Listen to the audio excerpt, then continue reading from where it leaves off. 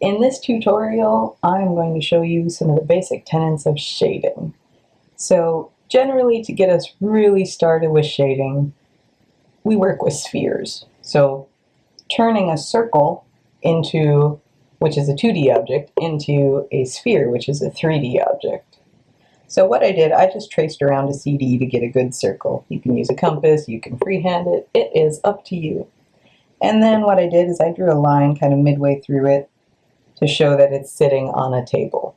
So please keep in mind that generally there are no lines directly under something if it's sitting on it. It's usually behind it. That is more accurate. So if you're standing on the floor, you can't see the line of the floor directly beneath your feet usually. So we put it behind it.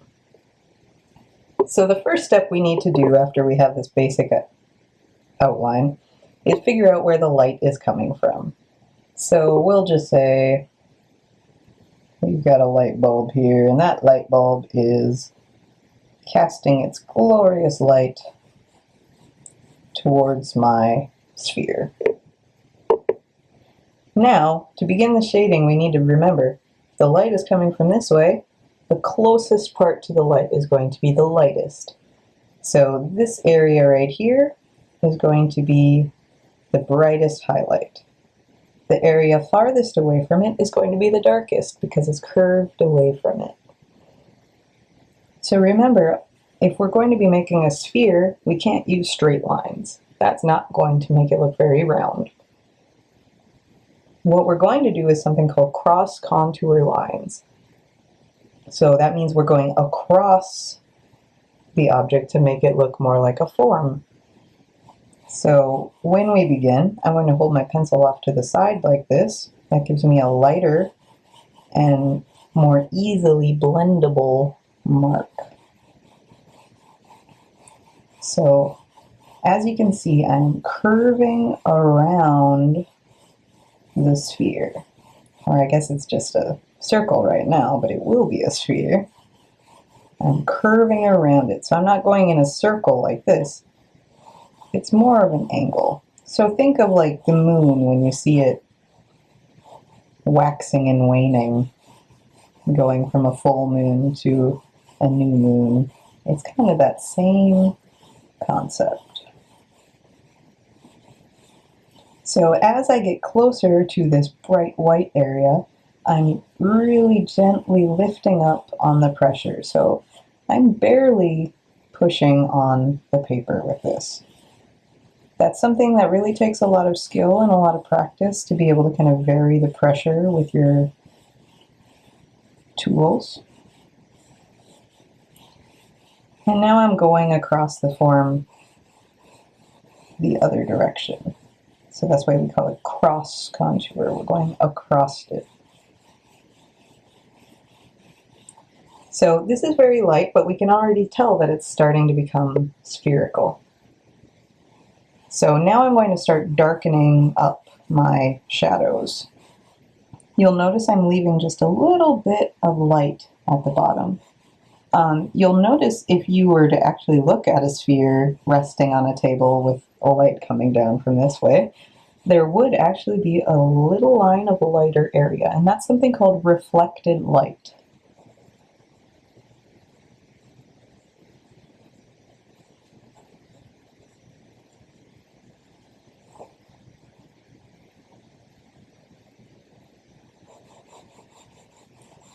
So the light kind of bounces off the table and reflects back onto the sphere. So I'm starting to press harder with my pencil now, creating a darker value.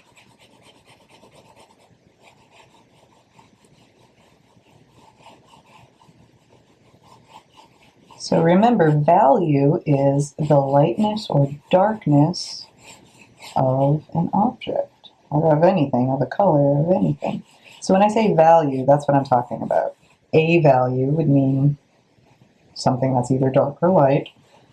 And when I talk about values, that would be going from dark to light. So there's a variety of them.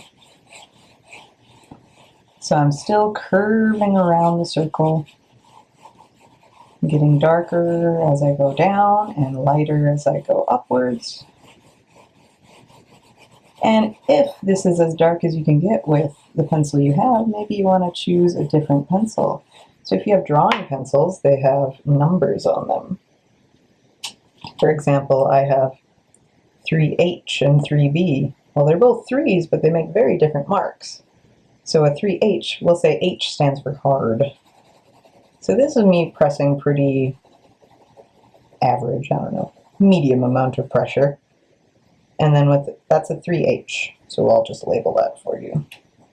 You notice I almost like poked a hole through my paper here. It's a very hard lead.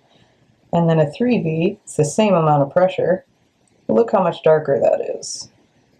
It's a softer lead, so it gets darker. So we can go all the way up to 8B. This is almost on the verge of charcoal here. So this is the same amount of pressure with an 8B. You can get really nice rich blacks with an 8B. And then right in the middle is something called HB. HB is pretty much your regular standard writing pencil, like a number 2 pencil. So right in the middle. It's got a harder lead, but you can also get a good range of values with it. So that's your little tutorial of pencil hardnesses. So I found that I'm not getting much darker, so I'm going to switch to the big guns using 8B here. And we're really going to get some dark values in here. And because I am drawing on newsprint, my paper's not very happy with me.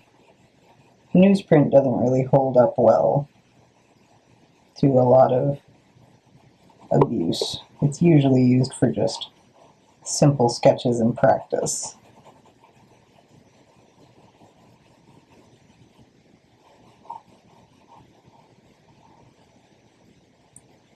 Remember, always be aware of the amount of pressure you're exerting. You only want to be pressing hard when you know that you're doing it correctly and that you're in the right spot. Because if you put in too dark of a mark in a spot you don't like, it's not going to erase. You're going to have kind of a ghost image left over.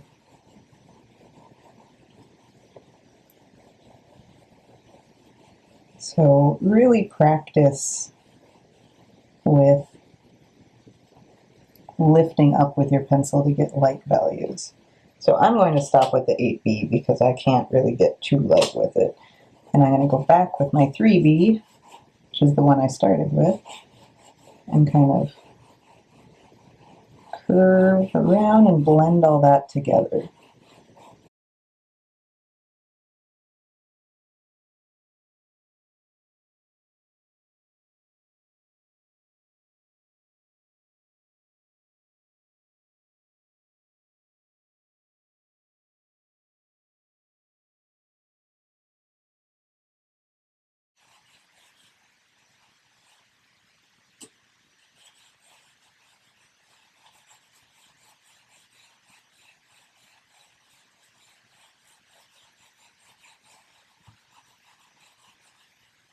Alright, so I feel like we're at a pretty good spot.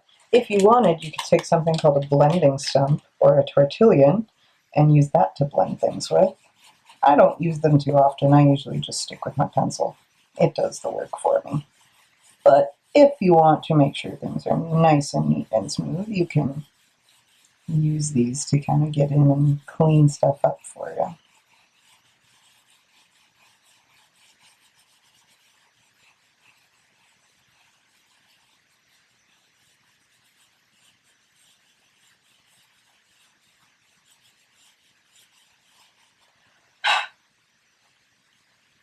All right. So now we have the sphere done. So we have the reflected light here. We have the highlight. And the core shadow.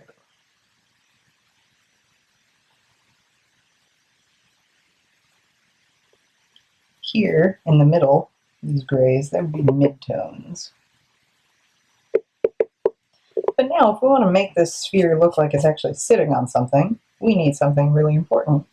And that would be a shadow. So because the light is going from the side, we are going to have a shadow that's slightly elongated. So think of your shadow outside. If you're standing at 12 noon in the summer, the light would be straight down and you just have a little shadow right underneath it. But since it's going off to the side, it's going to kind of stretch it over. So we are going to start here, but it's going to kind of be pulled off to the side. And usually these shadows sort of fade away as they go back. So directly below our sphere is going to be the darkest area, because that is right where it's touching.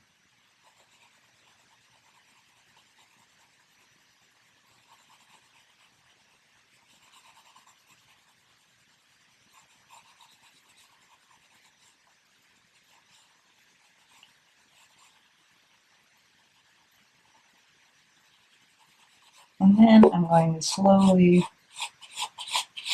just kind of fill this in real quick here with a medium value.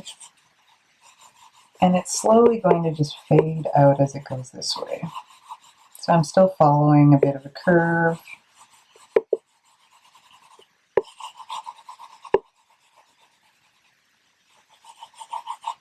So here's might be a good place to bring back that 8B. And really darken up that main shadow.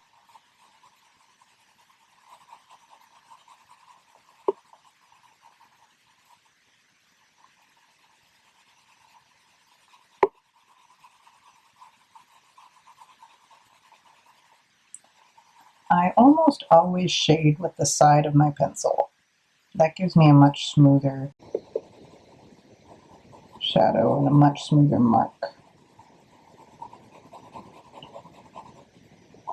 So I'm pretty much eating up my paper right now. This is about as dark as I think it's going to get. And I think my reflected light is a little too harsh, so I'm just going to darken that up a little bit because it looks a little out of place. There we go. All right, so this is the basic. So now what you want to do is give it a little contrast. So I'm just going to color in this background area. You'll see that, oh, that's nice right there. And we'll just fill it in. Usually I tend to get lighter as I go this way to show some contrast coming over here.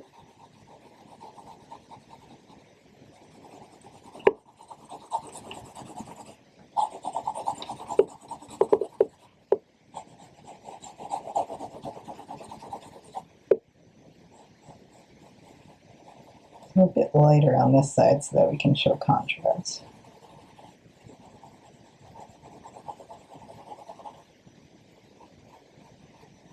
Contrast is really what makes these things pop. So don't be afraid of value. It will get you far.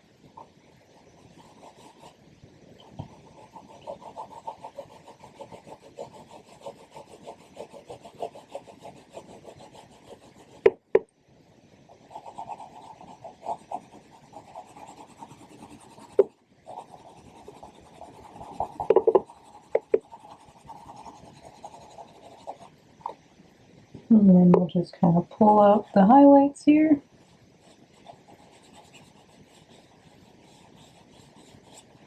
And we are finished. Thanks for watching.